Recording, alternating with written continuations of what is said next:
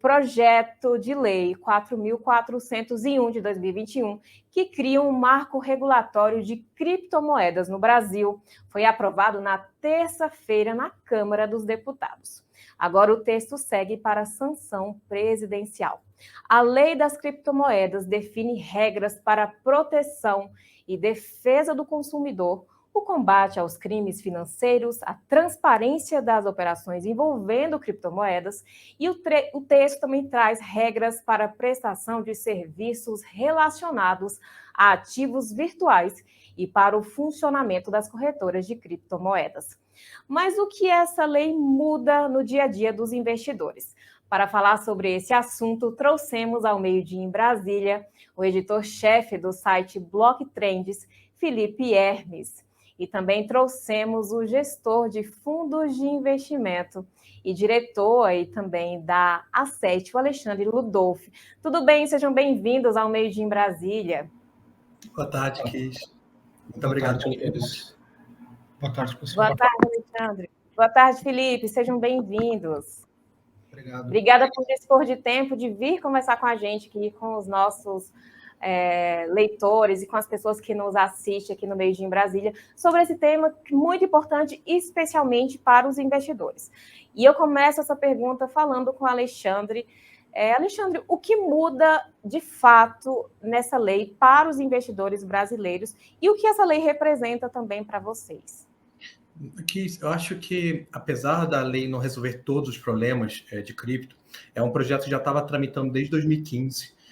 Eu acho que o Brasil ele continua na vanguarda da regulação de cripto. Eu acho que tem algumas coisas muito importantes, sobretudo a questão de quem regula, como regula. Ainda tem algumas dúvidas de exatamente qual vai ser a autarquia que vai governar, se vai ser CVM, se vão classificar como valor mobiliário ou não. Tem algumas dúvidas, mas vão ser regulados. Então, quem vende cripto, né, quem troca reais por criptoativos, vai precisar de uma autorização. Isso acho que é muito positivo, começa a separar o proverbial joio do trigo.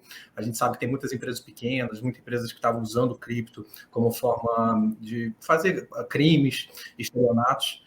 Eu acho que também uma outra característica bem importante, tá? Até o uso de cripto no Brasil por alguns agentes maliciosos, que tem sido de usar cripto para fraude.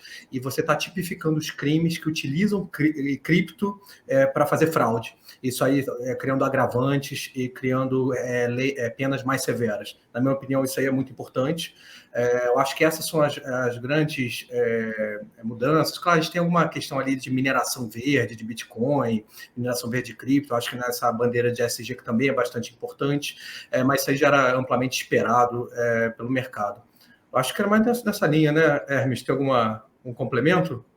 Acho que é isso. Eu destacaria apenas que o Brasil mantém uma vanguarda regulatória sobre esse setor, é interessante. O Brasil foi o primeiro país, o segundo país da América do Sul, das Américas a aprovar um ETF de cripto, foi o QBTC11, 100% Bitcoin, que é um instrumento financeiro regulado, importante, que países como Estados Unidos ou a União Europeia ainda não possuem, então mostra que a gente está bem à frente nesse aspecto regulatório. O projeto de regulação de cripto no Brasil começa em 2015, para ser aprovado agora, e apesar de todo esse tempo, eu destacaria que ele foi um pouco apressado nessas últimas semanas, nesses últimos meses, em partes por mudanças no cenário político, né? A gente sabe que o relator do projeto, o relator Expedito Neto, de Solidariedade, ele não se reelegeu, então houve uma pressão para que o projeto fosse votado agora, nesse mandato ainda, e, de certa forma, isso prejudica um pouco a discussão, porque pautas importantes para os investidores, como é o caso da separação patrimonial entre o que é dinheiro do investidor e o que é dinheiro das exchanges, isso ficou de fora, e isso é um debate muito importante se a gente buscar o que está ocorrendo no mercado cripto agora, como o caso da FTX, que era a segunda maior exchange do mundo, e houve uma fraude de se utilizar de dinheiro do investidor para atividades das exchanges. Então, o Brasil poderia ter aprovado essa separação, poderia ter aprovado uma garantia de que o que é dinheiro do investidor é do investidor, o que é da exchange é da exchange, e a gente acabou não passando isso, acabou sendo um pouco apressado, apesar de ser um projeto há 7 anos em discussão. Então, a gente perde um pouco a oportunidade, porém, de forma geral, a gente consegue aprovar um marco regulatório que serve de base para uma discussão que ainda vai precisar ocorrer por parte do Banco Central, que provavelmente é o órgão que vai ser apontado para regular meios de pagamento, transações e investimentos. Então, a gente cria uma base, mas que ainda é um pouco incompleta, né? A gente ainda vai precisar discutir esse tema nos próximos meses. Desculpa, eu acho que vale a pena só pontuar uma questão, é que o projeto, na tramitação do projeto de lei, existia a previsão, durante boa parte do texto, o texto base, da segregação de patrimônio que o Hermes comentou. Isso foi suprimido agora há pouco, nas últimas discussões. Eu acho que foi uma mudança bastante infeliz, aí, como o Hermes comentou, que a gente poderia ter feito bem mais à luz dos problemas mundiais que estão acontecendo. Alexandre, só explica para quem está nos assistindo o que é essa segregação patrimonial, para ficar claro aí para quem nos assiste. Não, perfeito. Acho que vale a pena até voltar um pouquinho no tempo e pensar no mercado financeiro tradicional. Na crise de 2029, década de 30, a gente teve uma crise financeira muito severa e várias instituições financeiras quebraram, levando com elas patrimônio de clientes também. Desde então, a gente teve um arcabouço mundial regulatório que previa para os bancos essa segregação de capital, que é basicamente isso. O que os clientes estão colocando, por exemplo, as ações dos clientes ou os tokens dos clientes depositados numa instituição financeira, numa exchange de cripto, não poderiam ser usados como garantia, não poderiam ser usados para a operação proprietária da companhia. Isso é, a empresa ela tem separada a operação de custódia, onde ela tem um serviço de guarda dos ativos dos clientes, da operação proprietária, onde ela está fazendo operações quaisquer com finalidade de fazer dinheiro para ela. Quando uma empresa hoje faz esse tipo de coisa, e esse arcabouço mundial do mercado financeiro tradicional, que tem praticamente 70 anos, não é respeitado, uma empresa baseada nas Bahamas, eu acho que isso aí mostra que cripto, de alguma forma, está cometendo os erros que a indústria se propôs a resolver quando ela surgiu. Entende? Então, eu acho que teve um dano reputacional muito grande. E eu acho que o regulador brasileiro perdeu a oportunidade, sim, já nesse momento, de já evitar que problemas como esse ocorram no Brasil. Mas, sem sombra de dúvidas, eu acho que é uma questão muito importante no mundo financeiro tradicional, e eu acho que agora, à luz desses colapsos que impactaram milhões de pessoas, né, no mundo, eu acho que o arcabouço mundial vai evoluir para isso. Eu tenho poucas dúvidas, e talvez a gente vai precisar, sim, no Brasil, fazer mais um projeto de lei para contemplar essa evolução regulatória. Perfeito. Só para eu entender, como leiga também no mercado e aprendendo com vocês também, o que acontece as corretoras podem pegar os meus recursos, as minhas moedas, negociar para terem o lucro dela e devolver ali o valor novamente para a minha carteira. É isso que vai acontecer? Eu acho que vale a pena até falar do mercado financeiro tradicional.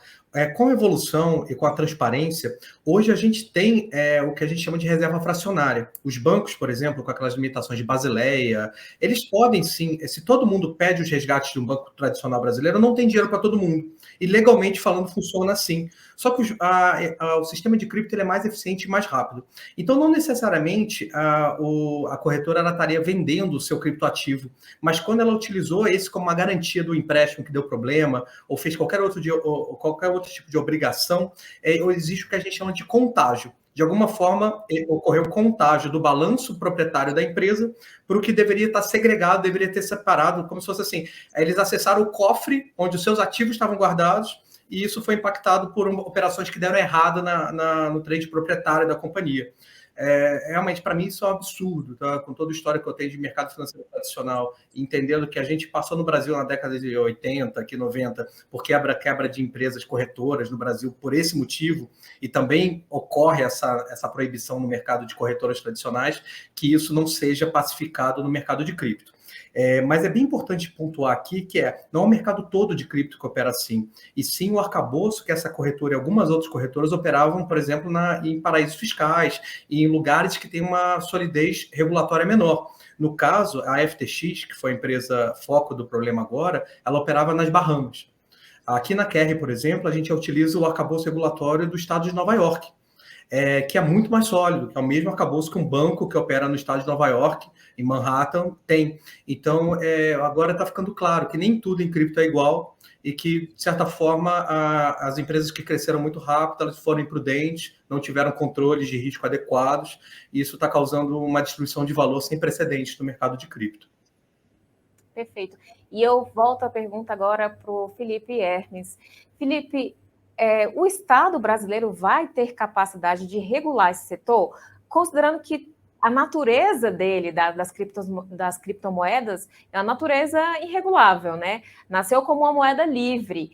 Como é que vai ser isso? O Estado vai ter essa capacidade na sua avaliação? O Estado brasileiro ele não vai conseguir regular as criptomoedas em si. Ele não vai regular o Bitcoin, ele não vai regular o Ethereum, Solana, enfim, os outros criptoativos. Mas o que ele pode, e é saudável que ele faça, é regular os agentes que intermediam esse tipo de operação. Então, a exchange que opera compra e venda, ou uma fintech que empresta dinheiro com colateral em cripto, um banco que opera emprestando recursos com depósitos em cripto, e não existe, em termos práticos, muita distinção entre esses agentes do mercado cripto, essas terceiras partes que a gente chama, que ficam entre o cliente e o ativo digital, e o mercado financeiro tradicional. Então, a regulação ela vai ocorrer sobre esse tipo de agente, sobre o custodiante, para garantir que ele tenha maior transparência, que ele não vai se apropriar de recursos, que ele não vai sonegar informação. Então, isso o governo pode e deve fazer, é natural e é saudável que faça, apesar de cripto ter os seus próprios meios para garantir essa transparência, para garantir, enfim, essa confiabilidade. Você está tendo agora, em função desse colapso da FTX, uma onda chamada prova de reserva, que são as exchanges mostrando seus balanços, mostrando seus cofres, por assim dizer, para que as pessoas possam conferir se o ativo está lá, se o dinheiro está lá de fato.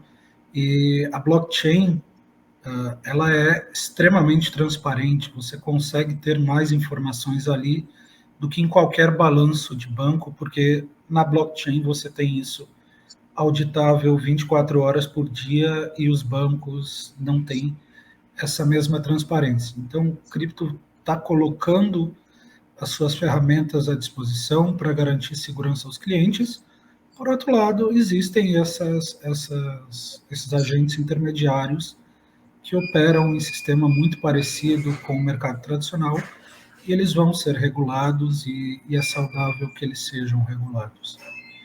Eu acho que se eu puder complementar um pouco nessa pergunta, eu acredito que os órgãos reguladores mundiais, até pegando a Comissão de Valores Imobiliários dos Estados Unidos, a SEC, a gente vê que eles estão muito integrados no mercado de cripto e contratando os bons prestadores de serviços. Eu acho que sim, a gente não tem ninguém que entenda muito de cripto, por exemplo, de regulatório de cripto, talvez nas autarquias brasileiras. Mas hoje você tem várias empresas de forênsica, como Chain Analysis e outras, que estão virando grandes clientes dos órgãos das autarquias e dos reguladores mundiais. Então, sim, eu acho que hoje existe uma facilidade para os reguladores contratarem bons serviços para conseguirem regular de forma... já tem praticamente umas melhores práticas, digamos assim. Mas você está certo aqui. No fundo, por exemplo, tem países que são mais severos, né, nos governos, mais força. A gente tem na China, por exemplo, o Bitcoin já foi proibido mais de 13 vezes. E, por definição, uma coisa que tem que ser proibida mais de uma vez, ela não é proibível. Então, sim, eu acho que é difícil acabar com o Bitcoin, um Estado não consegue fazer isso, mas sim, você tem quem troca real por Bitcoin, você tem aí um CNPJ, você tem uma empresa, você tem que declarar, e eu acho que isso é bem-vindo. Tem ocorrido muita coisa errada no nosso ecossistema. Perfeito. E falando um pouquinho também das criptomoedas, que é um assunto que interessa aí a população, os juros, alto dos juros chegou a derrubar aí o valor das criptomoedas no mundo inteiro, né? E teve também uma falência aí de grandes players no mercado. Vocês avaliam que tem uma perspectiva de recuperação das criptomoedas a médio prazo ou a curto prazo? Como é que vocês avaliam que vai vir aí essa recuperação do valor das criptomoedas? Que chegou a um valor absurdo, depois caiu e ficou nesse impasse aí, o investidor que tinha muita gente que tinha um investimento exclusivo em criptomoedas, que ficou bem preocupado. Como é que vocês avaliam? Pode ser o Alexandre, pode ser o Felipe. Deixa eu começar com essa e o Felipe complementa. Para quem está mais tempo em cripto, a gente sabe que essas dinâmicas de preço, essa volatilidade realmente é muito alta. E o movimento de preço que está acontecendo aqui, ele não é muito diferente de quedas que aconteceram no passado. Mas eu acho que é importante pensar que cripto é um investimento em tecnologia, numa adoção de uma infraestrutura tecnológica que está mudando o mundo e está mudando boa parte das indústrias. Se a gente olha para o lado da adoção e esquece um pouco o preço, esse ano foi um ano de adoção muito pesada, foi tudo que a gente gostaria de ver. A gente teve diversos bancos importantes entrando, diversas corretoras, plataformas de investimento. Lá no Brasil, a gente tem a iniciativa de XP, a gente tem a iniciativa de Santander, Nubank, a quantidade de bancos entrando é impressionante. E no mundo também, a gente tem Fidelity, que é uma espécie do Bradesco dos Estados Unidos, talvez o banco mais popular. A gente teve a BlackRock, o maior gestor do mundo. Então, na minha opinião, essa adoção ela é um precursor, sim, de preço. E se você pensa que o juros está impactando, ele não está impactando só cripto. Em algumas métricas, cripto cai até menos. Se você olha em outros players de tecnologia, olha o que está acontecendo com várias ações que eram queridinhas do investidor, Netflix, a gente teve a própria Zoom, várias outras empresas de tecnologia que estão sofrendo muito com a alta de juros. Eu acredito que cripto caiu na frente, e cripto tem umas particularidades muito importantes, que cripto gera eficiência e gera confiança. E esses dois fatores sozinhos, eles, para mim, mostram que é uma tecnologia superior. E uma tecnologia superior, ela fatalmente substitui outra inferior. Assim como a fita cassete foi substituída pelo CD, o VHS substituído pelo DVD, e depois veio o streaming. E eu acho que é só uma questão de tempo. Não é se cripto vai vingar, se cripto vai ser a tecnologia dominante. Eu acho que é mais quando.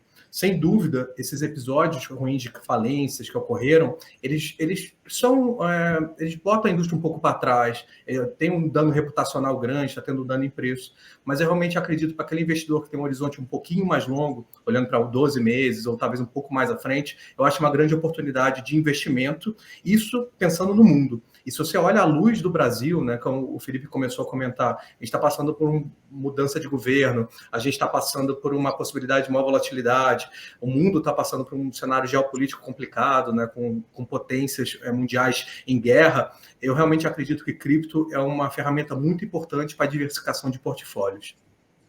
Perfeito. Passando a pergunta para o Felipe Hermes e aproveitando, as criptomoedas ou o ativo, né, de criptomoedas, é um ativo próprio para quem tem um perfil mais conservador ou ele vai mais aí para quem tem um perfil mais arrojado? Eu acho que complementando um pouco o que o Ludolf estava falando, já entrando nessa pergunta, mas a Tesla, por exemplo, que é uma empresa queridinha do mercado, ela perdeu 600 bilhões de dólares em valor de mercado em 2022. O Facebook chegou a valer 1 trilhão e agora vale 230 bi. Existe uma pressão muito grande sobre o setor de tecnologia, pois existia também um otimismo muito grande, especialmente após o início da pandemia.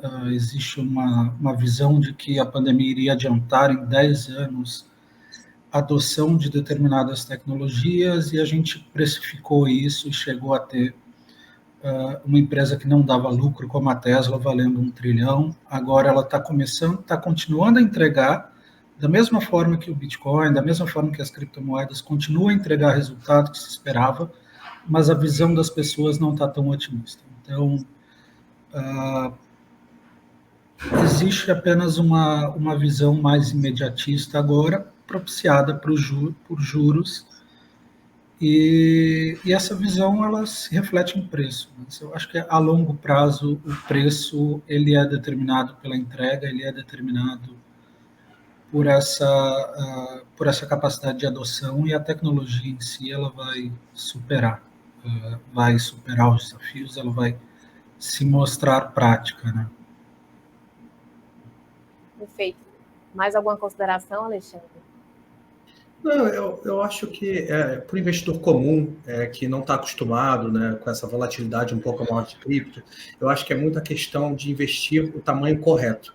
Eu acho que uma classe de ativo que ela tem particularidades únicas, é uma classe de ativo que te dá uma simetria muito grande. Se a gente tiver pouquinho correto em tudo isso que a gente acredita aqui, cripto vai ser muito grande. O Hermes comentou, só o que a Amazon, só o que Tesla, 2, 3 empresas perderam de valor de mercado, é mais do que tudo de cripto.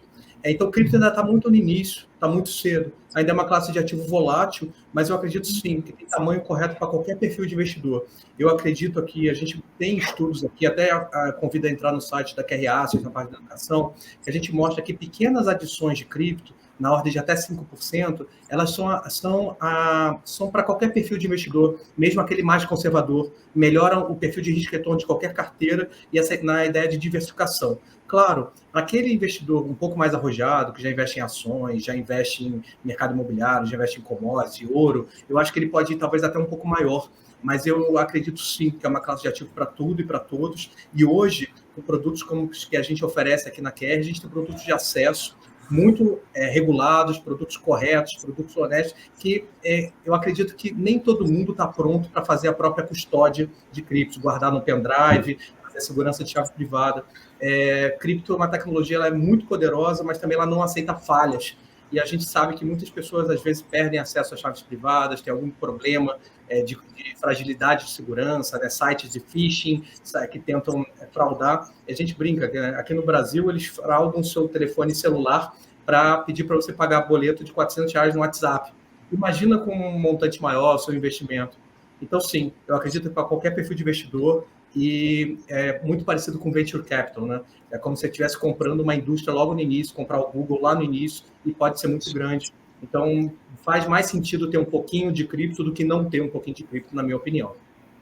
Eu acho até para quem tem o perfil mais conservador. O meu perfil é metade. Eu sou um pouco conservadora para algumas coisas, mas eu acho que eu estou mais para arrojada. E eu tenho algumas coisas investidas em cripto também. Eu fico muito feliz. Se você olhar os princípios de cripto, a escassez, a adoção, menos burocracia, maior redução de assimetrias. Se você olhar esses princípios, eles combinam bastante com o investidor conservador, que é um investidor que está buscando algo de fato com fundamento, que tem uma entrega ao longo do tempo, que vai aumentar a eficiência do mercado. E agora, naturalmente, existe uma volatilidade muito grande e o investidor vai precisar adequar as suas próprias expectativas para entender qual é o tamanho que isso vai ter na sua carteira. Mas os princípios que norteiam cripto fazem bastante sentido para um investidor conservador. Felipe, a gente tem uma pergunta aqui do Elton San, que ele pergunta o seguinte, foi na tela por gentileza, Matheus? A lei fala de arquivos virtuais, moedas de jogo Web 2, sem blockchain incluídos, se enquadram? Você tem informação sobre essa pergunta? A lei ela é um pouco mais ampla do que cripto. Ela aborda milhas aéreas, por exemplo, e outras formas de moeda que não envolvem blockchain. Eu não sei se especificamente moeda de jogo, eu imagino que não, mas ela abre uma brecha para que o regulador vá falar disso mais à frente. Mas aí, nesse aspecto de moeda e meios de pagamento, a lei determina que o executivo tenha que escolher um agente regulador, o que em 99% de certeza será o Banco Central, e o Banco Central vai atuar para definir essa regulação de meios de pagamento. Eu acho improvável que o Banco Central vá atuar sobre moedas em jogos virtuais como LOL ou alguma coisa similar, mas está aberta a possibilidade com a lei, sim. A lei abre. Eu acho que vale a pena pontuar, né? A gente está vivendo um momento de uma discussão de uma PEC, né, de transição governamental, que vai ter um impacto fiscal grande e o governo vai estar bastante atrás de fonte de receitas. Se você olha os ecossistemas, por exemplo, de Roblox, Fortnite e outros jogos aí que são muito grandes, realmente movimentam muita coisa. Então, eu acho que eu tenho a suspeita que pode ir para esse lado, sim, porque são economias grandes e supostamente fontes de receita. Mas a operacionalização da tributação, da declaração, imagina, é uma coisa de jovem, jogo. Então, a conferir, e a gente sabe aqui no Brasil que lei passa fácil, mas a operacionalização da regulação, de como vai funcionar na prática, às vezes demora muito e às vezes demora anos. Eu acho que essas vão ser as cenas dos próximos capítulos, a gente tem que conferir. Mas, como o Hermes falou, a leitura do texto aprovado parece bastante amplo. Então, tudo pode acontecer e vamos esperar um pouco aí como eles vão definir. Perfeito. Aproveitando já, foi uma ponderação que o Alexandre, se não me engano, fez no início do debate, eu acho que é interessante a gente resgatar, essa urgência, ou foi o Felipe, eu acho, essa urgência em aprovação dessa lei para regular as criptomoedas tem a ver com o cenário econômico e a necessidade de orçamento do governo? Eu acho que não. Eu acho que foi uma questão eleitoral. O relator não foi reeleito e isso poderia fazer com que o projeto voltasse muito no tempo. Teria que se designar um novo relator, fazer um novo parecer para que ele voltasse a ser encaminhado.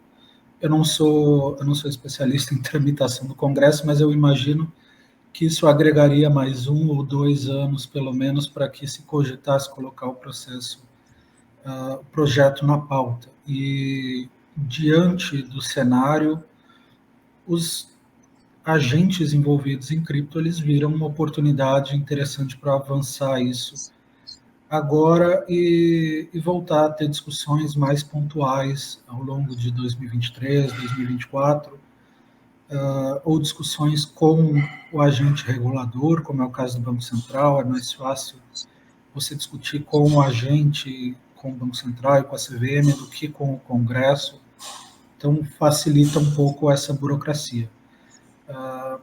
E houve uma pressão por parte das empresas envolvidas, especialmente exchanges, como é o caso da Binance, como é o caso de outras exchanges brasileiras, para que a gente desse uma celeridade em relação a isso. Mas eu não vejo no aspecto regulatório, no aspecto arrecadatório, essa urgência, até porque está completamente confuso. A gente não sabe nem quanto o governo vai querer gastar, quanto vai arrecadar.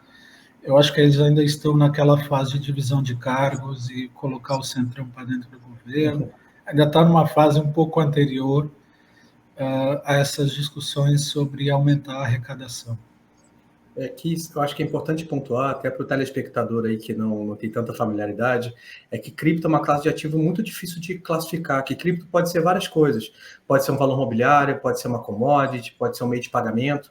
Então, hoje, até no mundo desenvolvido, pelos próprios Estados Unidos, ou própria Europa, Ásia, não está muito pacificado o que cripto é ou não.